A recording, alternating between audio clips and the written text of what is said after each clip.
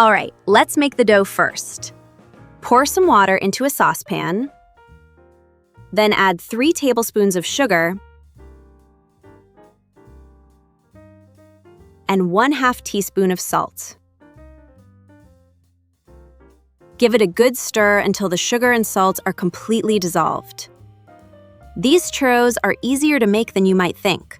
Follow along, and I'll share a few tricks to make sure they turn out perfectly crispy and golden every time. Next up, add 2 ounces of butter to the saucepan. Place the saucepan over medium heat and let the butter melt completely. Give it a stir every now and then as it heats up. Once you see the mixture start to simmer, you'll want to add all the flour at once. 1 cup plus 2 tablespoons.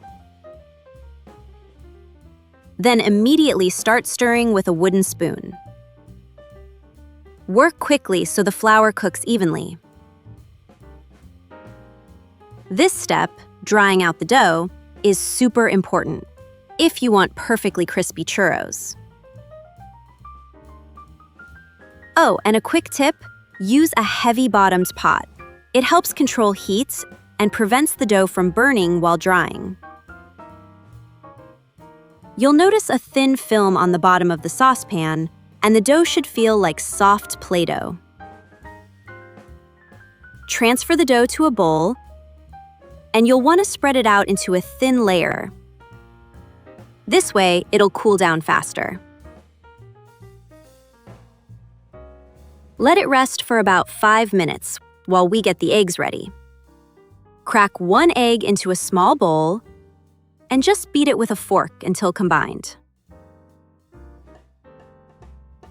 Add the second egg straight into the dough and start mixing. I like to use a mixer with dough hooks on low speed, but a spatula works just as well. You'll just need to put in a little extra muscle. Now add half of the second egg and mix again. Keep in mind, the amount of egg you need can vary. It all depends on how much moisture is left in the dough. So always go by the texture, not the number of eggs.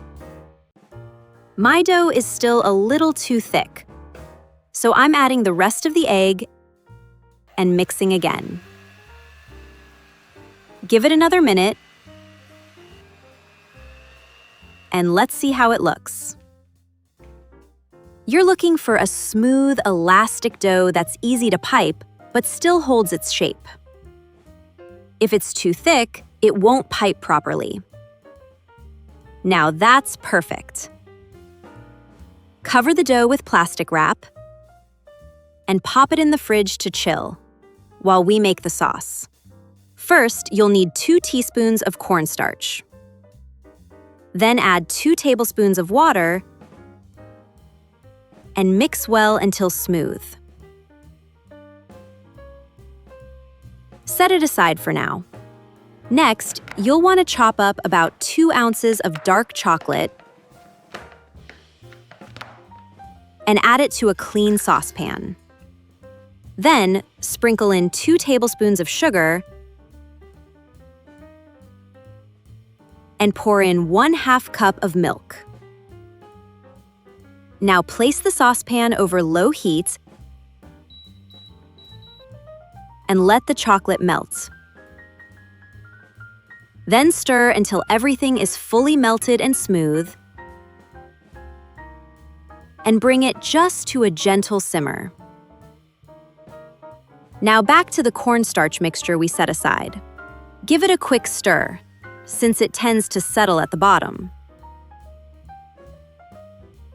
Pour the cornstarch mixture into the chocolate, stirring as you go to prevent lumps. You'll notice it thicken right away into a smooth, glossy chocolate sauce.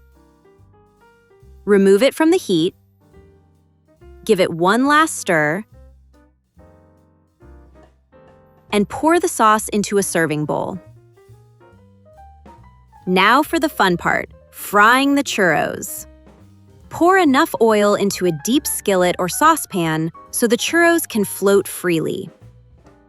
Let the oil heat up. Take the dough out of the fridge. Remove the plastic wrap. This dough is looking perfect now. It's smooth, pliable, and just the right consistency for piping. And we're going to spoon it into a piping bag. If you're enjoying these simple homemade recipes, don't forget to like the video and subscribe so you don't miss the next one. I'm using a large star tip, which gives the churros their signature ridges and that classic churro look. All that's left now is to pipe the churros. One option is to pipe the dough onto small pieces of parchment paper. This helps keep the churros even in size and makes them much easier to transfer to the hot oil. Apply steady, even pressure as you pipe each strip, then snip off the end with a pair of kitchen scissors. Make sure the oil is nice and hot before you start frying.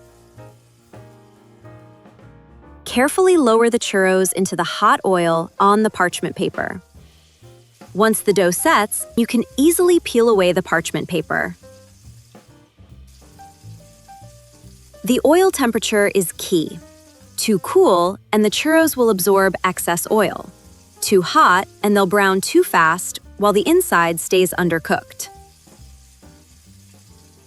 Fry the churros for 2 to 4 minutes, turning them often until they're evenly golden brown. Then place them on a paper towel-lined plate to absorb any excess oil. Another option is to pipe the dough straight into the hot oil, then snip it off with kitchen scissors. This way is faster, but your churros may come out different lengths. It's totally up to you. Either way, they'll taste just as delicious.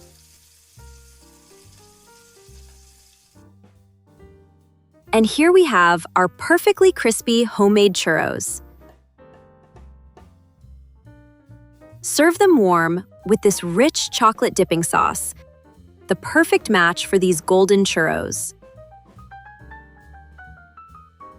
Crispy on the outside and soft on the inside, these churros are everything you could want. Enjoy! Thanks for watching. Don't forget to like and subscribe. See you!